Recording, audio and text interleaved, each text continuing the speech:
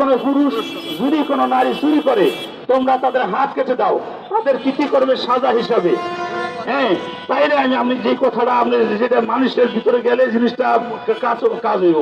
আমাদের দেশের যেই সমস্ত মন্ত্রী মিনিস্টাররা দেশটা চুরি ডাকাতি করিয়া দুর্নীতি করে বিক্রি করে ফেলাইছে, আমরা বলতে চাই দেশের এরশাদ সরকার 9 বছর রাজা। সর্বপ্রথম কোরআনে কোন সূরাটা নাযিল হয়েছে সেটা একটু বলেন।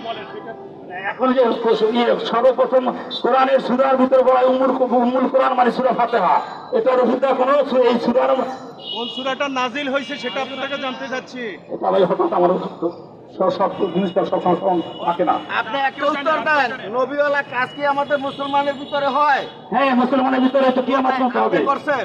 হ্যাঁ, আমরা চেষ্টা আমি করছি। আজ পর্যন্ত কোনো ইমাম সাহেবকে দেখি নাই সে আল্লাহর নবীর মতন পকেটটা ব্যয় করিয়া, নিজের অর্থ ব্যয় করিয়া তারপরে শেষে ধর্মীয় কাজ করতে দেখি নাই। তারা আরো নেয়।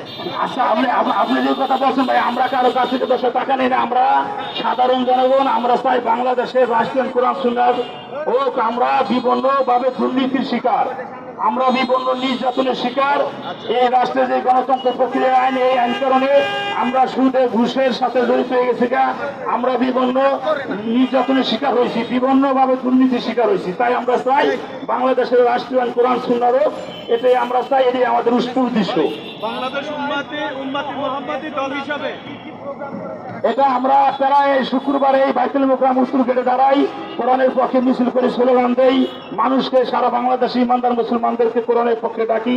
আমরা আমাদের সাথে জাতীয় প্রেস ক্লাবে দাঁড়াই, ওই জায়গায় দাঁড়িয়েও মানে মিডিয়ার মাধ্যমে মানুষকে ডাকি, আল্লাহ কোরআনের পক্ষে, আল্লাহ দিনের পক্ষে বলে আসেন আমরা সকলে মিলে বাংলাদেশের রাষ্ট্রীয় কোরআন সুন্নাহ করি। এই বিষয় নিয়ে আমরা সকলে বলি, কারণ আমরা সাধারণ মানুষ, আমরা অনেক নির্যাতনের শিকার, অনেক দুর্নীতির শিকার। ঠিক আছে, সূরা ফাতিহাটা বলেন। সূরা ফাতিহাটা বলেন। নারায়ণ তাকবীর, আল্লাহু আকবার। সমস্ত করলাম ভাই, সমস্ত করলাম। ঠিক আছে। সূরা ফাতিহাটা জানতে চাইছিল। নারায়ণ